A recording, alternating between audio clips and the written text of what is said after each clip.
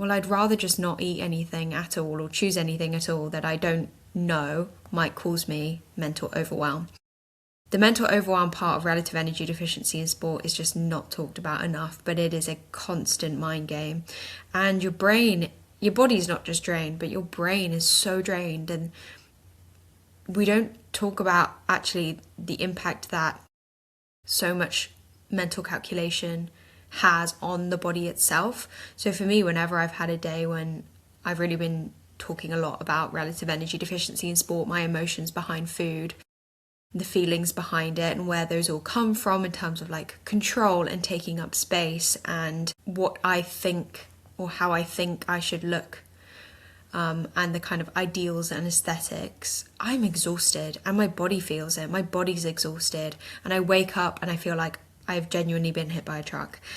And I don't think we talk a lot about mental health and like, oh yeah, depression and anxiety and mental health might just be like lying in bed. But with relative energy deficiency in sport, you look like you're coping. Like the high output is still there.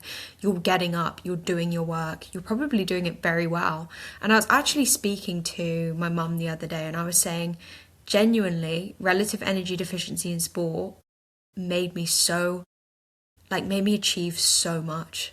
And that sounds really warped, but I genuinely don't think if I'd have relative energy deficiency in sport, I would have done half the times I did or won half the races, achieved half of the grades, it's all around like this achievement. And it's funny because the more you achieve, the more you want to achieve, and it's all wrapped up in that identity. And it's funny because you can achieve so many things and in the end, you're achieving them, but you're not actually processing them.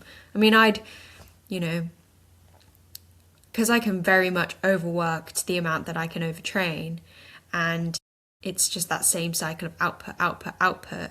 You start to take the output and you start to take the external validation because internally, you're pretty spent, and the only way to get then, and internally you're not happy with yourself. Realistically, relative energy deficiency in sport, a lot of it comes from that need to have that external control because the internal feels so chaotic and feels so lost. I think there was a massive amount for me of identity loss and figuring myself out. I felt, especially when I had so many of my injuries, it literally feels like grieving.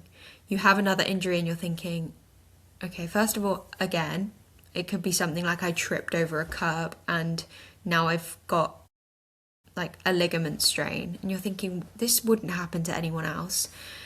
But then you're also thinking this life that I've built for myself, it looks externally very good.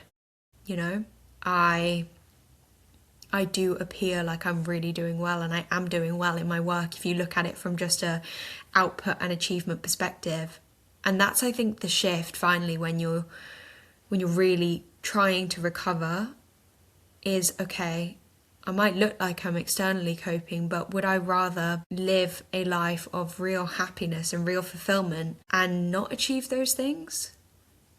Because for me, I definitely reached that point where I was like, why can't I just live like a balanced, happy, healthy, sustainable existence? Why am I constantly living in a battle and a cycle of like peaks and troughs in my day?